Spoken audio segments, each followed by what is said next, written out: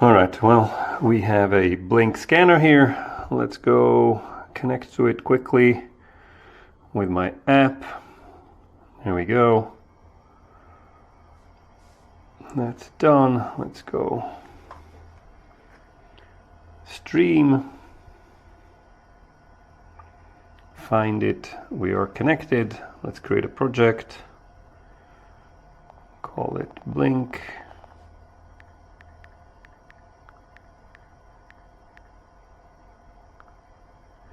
This is the second project I've done, so I'm just going to do blank 2.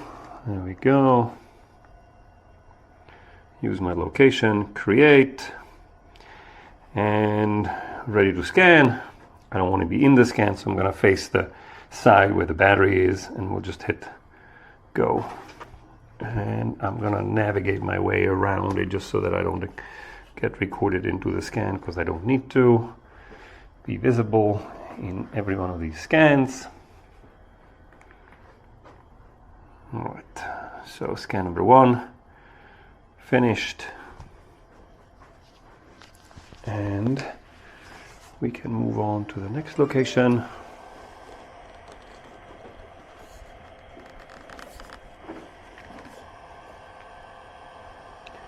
So it's a little bit tricky to walk around the scanner.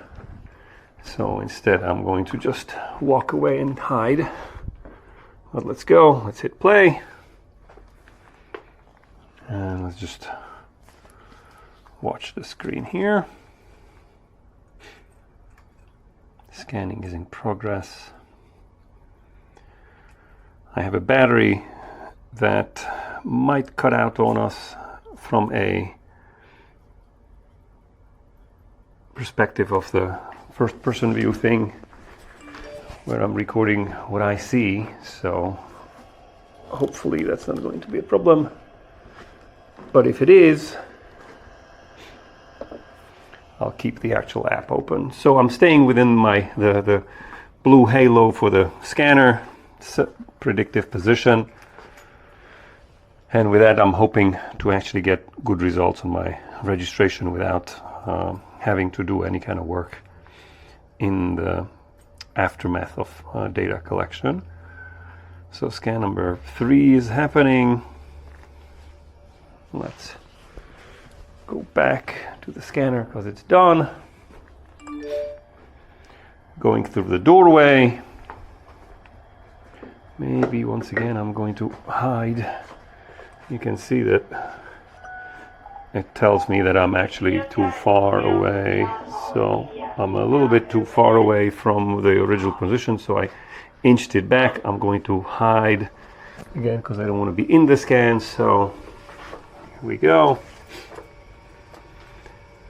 The linking scans in between doorways and large spaces are still something that you need to that needs to be considered, just because of the fact that we have the limiting field of view of an opening that's a doorway doesn't give you a good enough overlap between actual scans. So all right, that's it. Let's go new location over here. Once again, I'm well within the blue halo.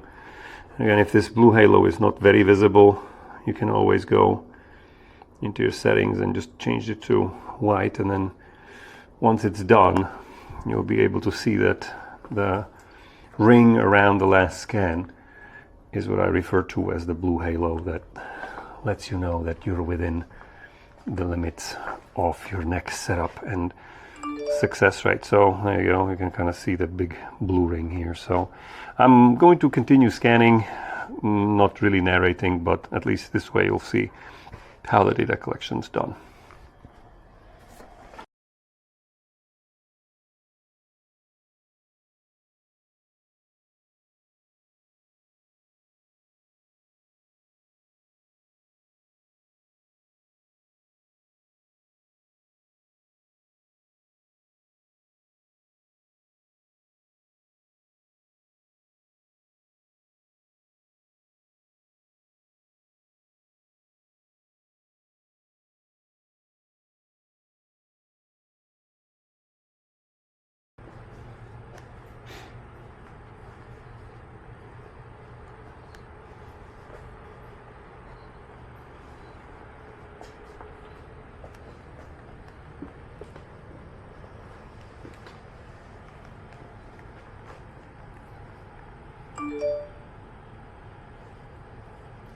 There we go.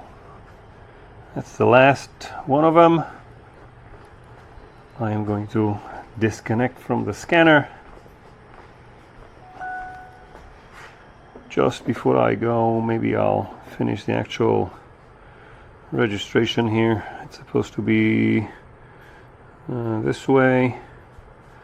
We'll link it to that scan, and we're done. So what I'll do is let's download the data.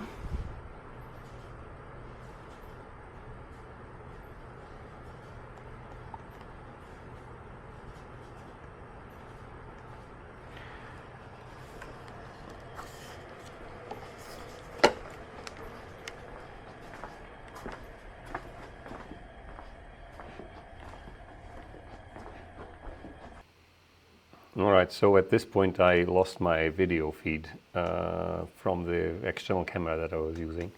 So hence you don't hear any narration going on anymore. But ultimately what you still see on the screen is the iPad with Stream downloading the data from the scanner to hold it natively on the actual device, and then uploading it to the XG platform.